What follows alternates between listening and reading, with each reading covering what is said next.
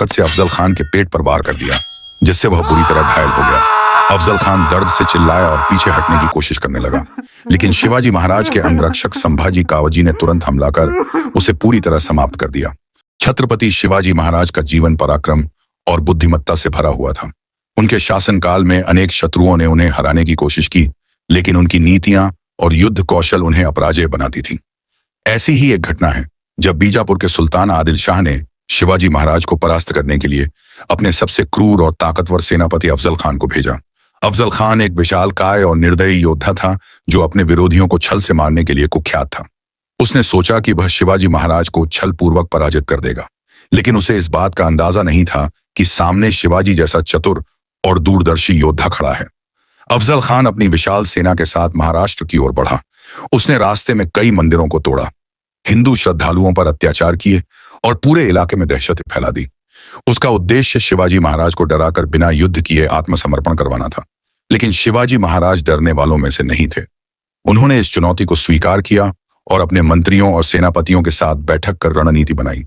शिवाजी को पता था कि अफजल खान छल से हमला करेगा, इसलिए उन्होंने भी अपनी तैयारी कर ली। उन्होंने अपने शरीर पर लोहे का कवच पहन लिया और बाघनक, जिसे पंजे जैसा हथियार कहते हैं, उसे अपने हाथ में छिपा लिया, ताकि जब अफजल खान हमला करे तो वे तुरंत पलटवार कर सकें। अफजल खान ने शिवाजी महाराज को मिलने के लिए बुलाया। उसने यह संदेश भेजा कि वह दोस्ती करना चाहता है और बिना युद्ध के समझौता करना चाहता है, लेकिन शिवाजी महाराज उसकी चालाकियों से भली भांति परिचित थे। उन्होंने यह प्रस्ताव स्वीकार किया, लेकिन अपनी सुरक्षा के पूरे इंतजाम कर लिए। यह मुलाकात प्रतापगढ़ किले के पास तय हुई। अफजल खान ने कहा कि दोनों बिना हथियार के मिलेंगे और अपने साथ केवल 2 अंगरक्षक ला सकते हैं। शिवाजी महाराज ने यह शर्त मानी, लेकिन वह जानते थे कि अफजल खान के इरादे नेक नहीं हैं। इसीलिए उन्होंने अपने विश्वसनीय सेनापति नेताजी पालकर और अपने अंगरक्षकों को सतर्क रहने को कहा।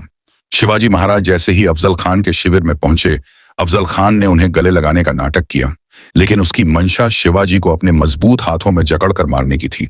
जैसे ही उसने जोर से शिवाजी को पकड़ने की कोशिश की, वैसे ही उसने अपने छुपे हुए खंजर से शिवाजी महाराज के पेट में वार किया, लेकिन शिवाजी महाराज पहले से तैयार थे। उन्होंने लोहे का कवच पहन रखा था, इसलिए अफजल खान का वार बेअसर हो गया। शिवाजी महाराज ने तुरंत अपने बाघनख निकाले और पूरी ताकत से अफजल खान के पेट पर वार कर दिया, जिससे वह बुरी तरह घायल हो गया। अफजल खान दर्द से चिल्लाया और पीछे हटने की कोशिश करने लगा, लेकिन शिवाजी महाराज के अंगरक्षक संभाजी कावजी ने तुरंत हमला कर उसे पूरी तरह समाप्त कर दिया। अफजल खान का सिर काटकर शिवाजी महाराज के पास लाया गया। इस घटना से पूरी बीजापुरी सेना में हड़कंप मच गया। शिवाजी महाराज ने इस अवसर का पूरा फायदा उठाया और अपनी सेना को तुरंत हमले का आदेश दिया। मराठा सेना ने बिजली की तेजी से हमला किया और अफजल खान की सेना को पूरी तरह हरा दिया। इस विजय ने पूरे महाराष्ट्र में शिवाजी महाराज की वीरता और रणनीतिक क्षमता का डंका बजा दिया। लोग उनकी चतुराई और वीरता की मिसाल देने लगे। इस घटना के बाद शिवाजी महाराज का प्रभाव और बढ़ गया और उनके शत्रु उनसे और अधिक भयभीत होने लगे। यह घटना दिखाती है कि सिर्फ ताकत ही नहीं, बल्कि बुद्धिमत्ता और सही योजना भी किसी भी युद्ध में विजय दिला सकती है।